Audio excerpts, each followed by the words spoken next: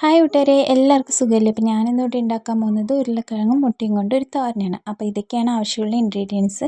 ഞാനിവിടെ 3 ഉരുളക്കിഴങ്ങും 4 പുഴുങ്ങിയ മുട്ടയാണ് എടുത്തിട്ടുള്ളത്.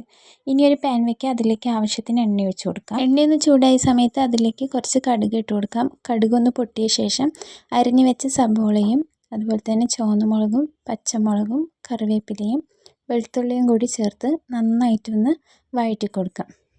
ഇതുപോലെയൊക്കെ ഒന്ന് വഴന്നു വരുന്ന സമയത്ത് അതിലേക്ക് അര സ്പൂൺ മുളക് പൊടിയും 1/4 സ്പൂൺ മഞ്ഞൾപ്പൊടിയും അര സ്പൂൺ ഗരം മസാലപ്പൊടിയും അതുപോലെ തന്നെ അര സ്പൂൺ കുരുമുളക് പൊടിയും കൂടി ചേർത്തിട്ട് അതിൻ്റെ പച്ചമണം പോണത് വരെ നന്നായിട്ടൊന്ന് മൂപ്പിച്ചെടുക്കാം. ഇനി അതിലേക്ക് നേരത്തെ ചെറുതാക്കി അരിഞ്ഞു വെച്ച ഉരുളക്കിഴങ്ങ് കൂടി ചേർത്ത് കൊടുക്കാം. നന്നായിട്ടൊന്ന് ഇളക്കി കൊടുക്കുക. എന്നിട്ട് മസാലയൊക്കെ നന്നായിട്ട് പിടിക്കുന്ന പോലെ നന്നായി ഇളക്കിയ ശേഷം അതിലേക്ക് കുറച്ച് വെള്ളം ചേർത്ത് കൊടുക്കുക. കുറച്ച് മാത്രം വെള്ളം ചേർത്തിയാൽ മതിയാവും. കാരണം നമ്മൾ മൂടി വയ്ക്കുന്ന സമയത്ത് അത് ചെറുതാക്കി അരിഞ്ഞതുകൊണ്ട് പെട്ടെന്ന് തന്നെ വേകും. ആവശ്യത്തിന് ഉപ്പ് കൂടി ചേർത്ത് കൊടുത്തിട്ട് അടച്ച് വെച്ചിട്ട് വേവിച്ചെടുക്കാം.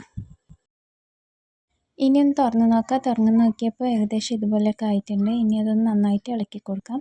അത്യാവശ്യം നന്നായിട്ട് തന്നെ വെന്തിട്ടൊക്കെ ഉണ്ട്. അപ്പോൾ ഇതിലേക്ക് ഇനി നമ്മൾ നേരത്തെ ചിരവി വെച്ച തേങ്ങ ചേർത്ത് കൊടുക്കാം. തേങ്ങ ചേർത്ത് ഒന്ന് 2 മിനിറ്റ് ഒന്ന് ഇളക്കി കൊടുക്കാം. പിന്നെ അതിലേക്ക് നമ്മൾ നേരത്തെ പുഴുങ്ങി മുറിച്ച് വെച്ച മുട്ട അതുകൂടി ചേർത്തിട്ട് നന്നായിട്ടൊന്ന് മിക്സ് ചെയ്ത് കൊടുക്കാം. അപ്പോൾ അത്രയേ ഉള്ളൂ, ഉരുളക്കിഴങ്ങ് മുട്ട തോരൻ ഇവിടെ റെഡിയാണ്. അപ്പോൾ എല്ലാവരും ഒന്ന് ട്രൈ ചെയ്ത് നോക്കണം വീട്ടിൽ.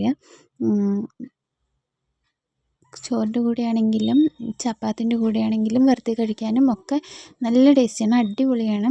അപ്പോൾ എല്ലാവരും ഒന്ന് ട്രൈ ചെയ്ത് നോക്കുക. അപ്പോൾ അത്രയേ ഉള്ളൂ. എൻ്റെ വീഡിയോസ് ഇഷ്ടപ്പെട്ടാൽ ലൈക്ക് ചെയ്യാനും ഷെയർ ചെയ്യാനും സബ്സ്ക്രൈബ് ചെയ്യാനും മറക്കരുതേ.